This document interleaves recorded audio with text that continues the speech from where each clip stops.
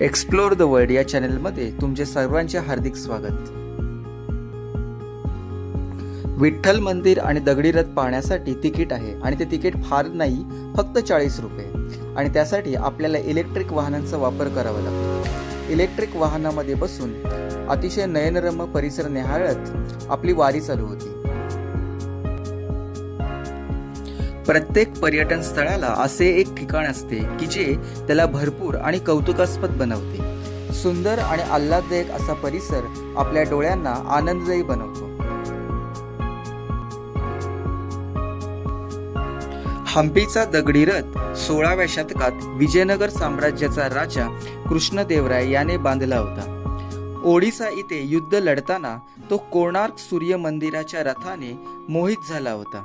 हा रथ साम्राज्याच्या सौंदर्याचे आणि कलात्मक परिपूर्णतेचे प्रतिनिधित्व करण्यासाठी बनवला गेलाय।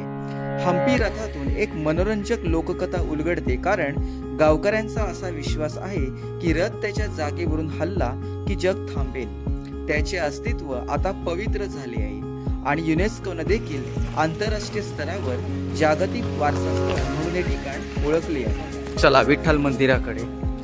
हे विठ्ठल मंदिर आहे। आता इथून एंट्रन्स आहे। विठ्ठल मंदिर आणि दगडी रथ एकाच ठिकाणी आहे।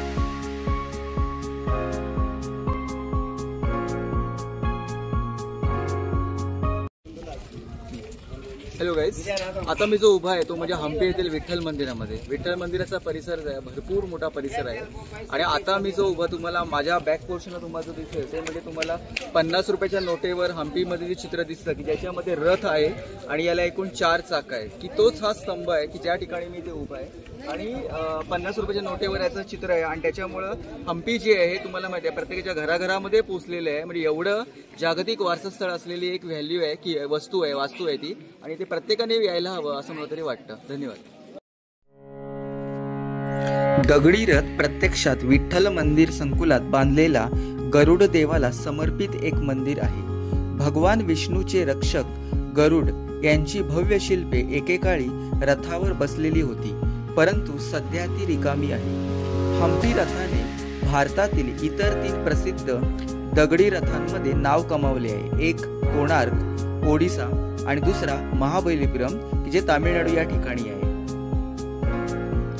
द्रविड शैलीच्या स्थापत्य शैलीने प्रेरित हा रथ एक प्रचंड रचना आहे की जी पूर्वीच्या कारागीर आणि वास्तुविशारदांच्या कौशल्याचे दर्शन घडवते। रथाचे सौंदर्य असे आहे की ते एका भक्कम रचनेसारखे दिसते, परंतु प्रत्यक्षात ते ग्रॅनाइटच्या स्लॅबने बांधले गेले आहे की ज्याचा संबंध गणित, विज्ञान आणि भूमिती यांच्याशी जोडला तर वावगं ठरणार नाही।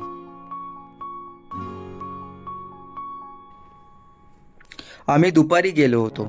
विठ्ठल संकुलात बसवलेल्या फ्लड लाईट्स मधून संध्याकाळी रथाची सुंदर रोषणाई होते। संकुलातील दिव्यांच्या प्रकाशात रथाचे नेत्रदीपक दृश्य आणि त्याची तपशीलवार रचना एक मंत्रमुग्ध करणारा अनुभव असतो। विठ्ठल मंदिराला श्री विजया विठ्ठल मंदिर असंही म्हणतात। हे भगवान विष्णूंचे अवतार असलेल्या भगवान विठ्ठलाला समर्पित आहे। विठ्ठल मंदिर हे विजयनगर मंदिरांपैकी सर्वात सुशोभित मंदिर मानले जाते। नमस्कार, आता मी जो आहे तो विठ्ठल मंदिराच्या द्वारापाशी आहे आणि याच्या आतमध्ये जर आपण गेलो तर याच्यामध्ये बघा विठ्ठल मंदिराची तुम्हाला बरंचसं कोरीव काम केलेलं आहे। मंदिर तर अतिशय अद्वितीय आहे, परंतु याच्यामध्ये मंदिरच नाही, विठ्ठलाची मूर्ती जी आहे ती नाही आहे। कारण असं म्हणतात की त्या काळातल्या सुलतानांनी बरंचसं नुकसान केलेलं होतं, नासधूस केली होती आणि म्हणून इथून ती विठ्ठलाची जी मूर्ती जी आहे ही हलवली आणि ती पंढरपूर येथे या ठिकाणी बसवली आहे। म्हणून पंढरपूरमध्ये जे भाविक जे आहेत विठ्ठलाची भक्ती करण्यासाठी बरेचसे आपण पंढरपूरला जातात। इथे पूजा वगैरे होत नाहीये, परंतु मंदिराचा परिसर जो आहे हा आपला अतिशय बघण्याजोगा आहे। मंदिर परिसर हा एक विस्तीर्ण परिसर आहे जो उंच भिंती आणि 3 उंच प्रवेशद्वारांनी वेढलेला आहे। मंदिर परिसरामध्ये अनेक हॉल, देवळे आणि मंडप आहेत। यातील प्रत्येक रचना दगडापासून बनलेली आहे आणि त्या प्रत्येक रचनेमध्ये स्वतःचे एक वेगळे सौंदर्य आहे।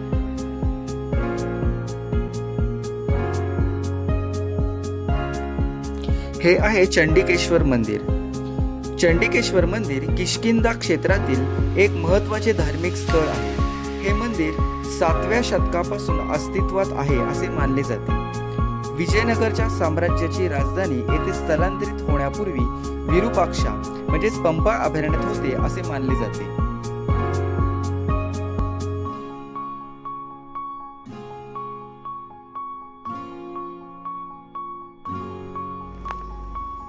आता हे तुम्ही मंदिर बघताय ते म्हणजे त्याचं नाव आहे चंडिकेश्वर मंदिर.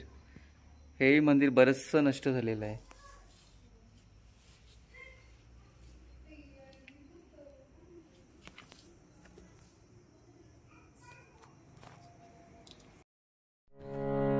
द्रविड स्थापत्यशैलीत बांधलेले चंडिकेश्वर मंदिर हे एक प्राचीन आणि ऐतिहासिक मंदिर आहे की जे विजयनगर साम्राज्याच्या स्थापनेनंतर अधिक प्रसिद्ध झाले.